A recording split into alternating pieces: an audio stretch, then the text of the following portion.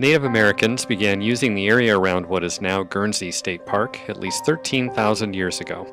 Because the site is where the Great Plains meet the Rocky Mountains, a greater diversity of plant and animal species were available to the area's first inhabitants. Resources for making stone tools, such as chert, also made the site appealing. By the 1800s, what would become known as the Oregon Trail passed right by the present-day park. Thousands of people eager to settle the new American frontier caught their first glimpse of the Rocky Mountains when they saw Laramie Peak.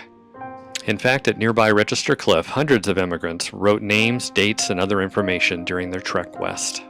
The volume of pioneers that passed through the site can be seen at the Guernsey ruts, where wagon wheels wore tracks over 6 feet deep into the sandstone along the way.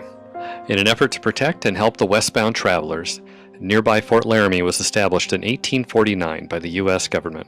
Fort Laramie, Register Cliff, and the Guernsey ruts are all less than half an hour away from the park and are open to the public.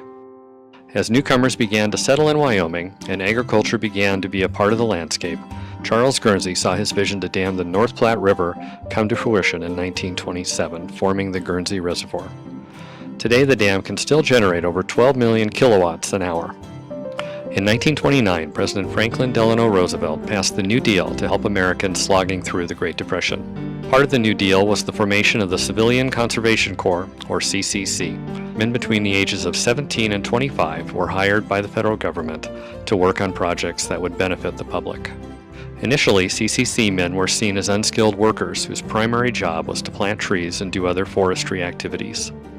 Their efforts at Guernsey State Park would change that image, as well as the face of the state and national parks across the nation. The transformation began with the unique architectural designs of Thomas Vint and Conrad Worth.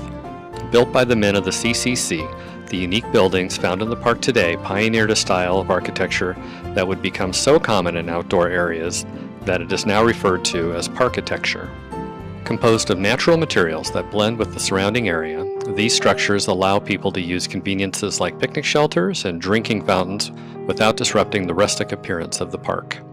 The simple materials used in these structures did not prevent the eager CCC workers from going all out in their construction, however.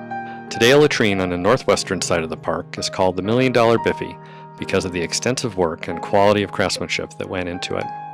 From bridges to picnic shelters, Guernsey State Park is still dotted with countless contributions left by the CCC.